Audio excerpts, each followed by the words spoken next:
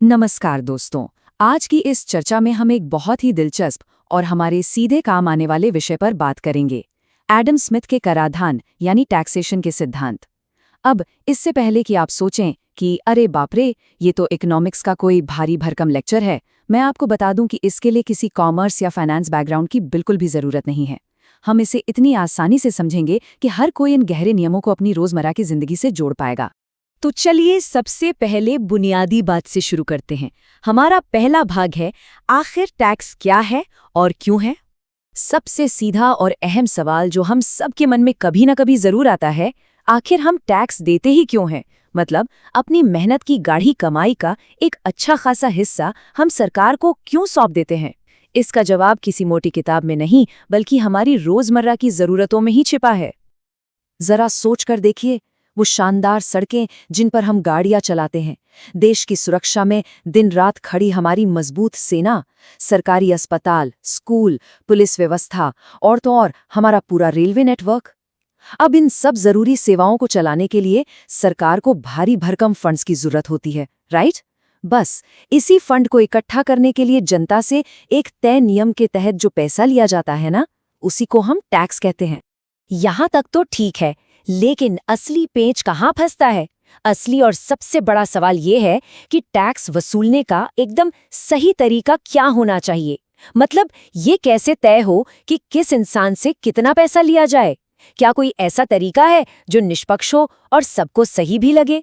आपको जानकर हैरानी होगी कि इन उलझे हुए सवालों का एक बहुत ही सटीक और तार्किक जवाब आज से लगभग 250 साल पहले ही दुनिया को दे दिया गया था। और वो जवाब दिया था अर्थशास्त्र के जनक एडम स्मिथ ने। चलिए इतिहास के उस सुनहरे पन्ने को पलटते हैं।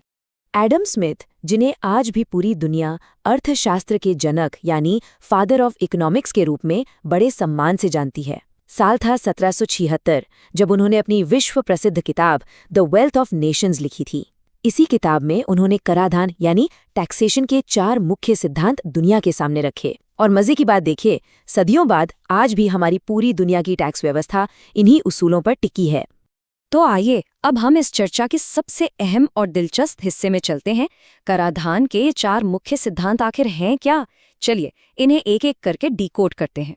पहला और शायद सबसे जरूरी सिद्धांत है कैनन ऑफ इक्वालिटी यानी समानता का सिद्धांत। अब एडम स्मिथ का बिल्कुल साफ मानना था कि हर व्यक्ति को अपनी इनकम के हिसाब से ही टैक्स देना चाहिए। पर रुकिए, यहाँ समानता का मतलब ये बिल्कुल नहीं है कि हर इंसान से एकदम बराबर रकम वसूली जाए। नहीं, इसका असली मतलब है बराबर का त्याग।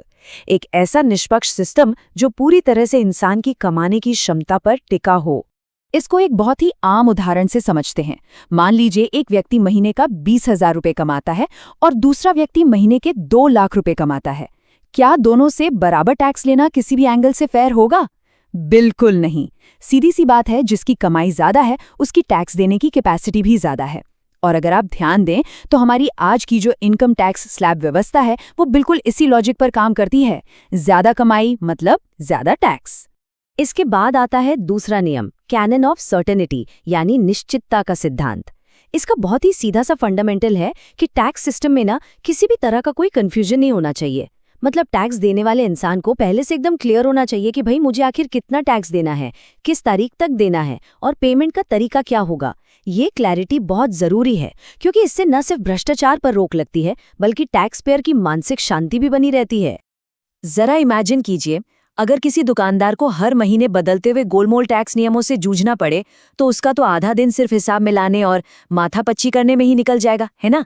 लेकिन इसके ठीक उलट आज हमारे पास जो ऑनलाइन जीएसटी और इनकम टैक्स पोर्टल्स हैं वो क्या हैं?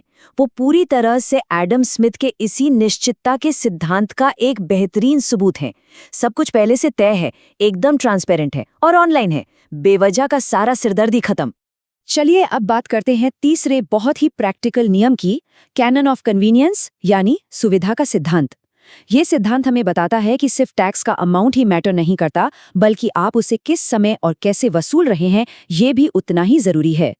रूल बड़ा सिंपल है, टैक्स हमेशा तब लिया जाना चाहिए जब करदाता के पास पैसा हो और उसके लिए उसे चुकाना सबसे आसान हो। अब इसे ऐसे समझिए, अगर कोई सरकार किसी किसान के पास उसकी फसल कचने और बिकने से पहले ही जाकर बोले कि लाओ भाई टैक्स निकालो, तो ये तो पूरी तरह से गलत और अव्यावहारिक बात हो गई ना, क्योंकि उस वक्त तो उसके हाथ में पैसा ही नहीं है। लेकिन दूसरी तरफ आज जो नौकरी पेशा लोग हैं उनका टीडीएस यानी टैक्स डिडक्टेड एट सोर्स ठीक उसी समय कट जाता है जब सैलरी सीधे उनके बैंक अकाउंट में हिट करती है। पैसे आए और टैक्स कट गया। ये सुविधा का एक ऐसा शानदार मॉडर्न उदाहरण है जिसे करदाता को बाद में अलग से पैसे अरेंज करने की कोई टेंशन नहीं होती। और अब हम आते हैं चौथे और आखिरी सिद्धांत पर, कैनन ऑफ इकोनॉमी या मितव्ययता का सिद्धांत। यह सच में बहुत ही लॉजिकल है। इसका सीधा सा मतलब यह है कि सरकार को टैक्स इकट्ठा करने के प्रोसेस में ही अपना इतना सारा पैसा नहीं उड़ा देना चाहिए कि असली टैक्स का कोई मतलब ही ना बचे। मतलब टैक्स वसूलने का पूरा जो सिस्टम है वो सस्ता, आसान और बहुत ही इफेक्टिव होना चाहिए। जरा सोचकर देखिए ये बात कितनी बेतुकी होगी कि सरकार को 100 रुपए का टैक्स वसूलने के लिए अधिकारियों की भारी भरकम फौज और कागजी कार्रवाई पर ही 80 रुपए खर्च करने पड़ जाएं। ऐसे में तो सरकार के हाथ में सिर्फ 20 रुपए ही आएंगे। ऐसी व्यवस्था तो पूरी तरह से फ्लॉप है। इसीलिए तो आज की जो डिजिटल टैक्स फाइलिंग है उसे एक बहुत बड़ी क्रांति माना जाता है। आज हम घर बैठे बैठे क्लिक्स में टैक्स फाइल कर देते हैं। इससे समय, कागज और सरकारी खर्च तीनों की भारी बचत हुई है और ये सीधे तौर पर इसी चौथे सिद्धांत को हकीकत में बदलता है। हमारा आखिरी भाग, आज के समय में इन सिद्धांतों की प्रासंगिकता। अब हम पूरी चर्चा को एक साथ समेटते हैं। ये सोचना वाकई बहुत दिलचस्प है ना कि आखिर 250 साल पुराने ये ऐतिहासिक विचार आज के इस इंटरनेट वाले युग में भी कैसे एकदम सटीक बैठते हैं। अगर हम इन ऐतिहासिक सिद्धांतों को आज के सिस्टम से जोड़ें तो पूरी पिक्चर एकदम क्रिस्टल क्लियर हो जाती है। देखिए, समानता का रूप ले लिया है आज के इनकम टैक्स स्लैब्स ने।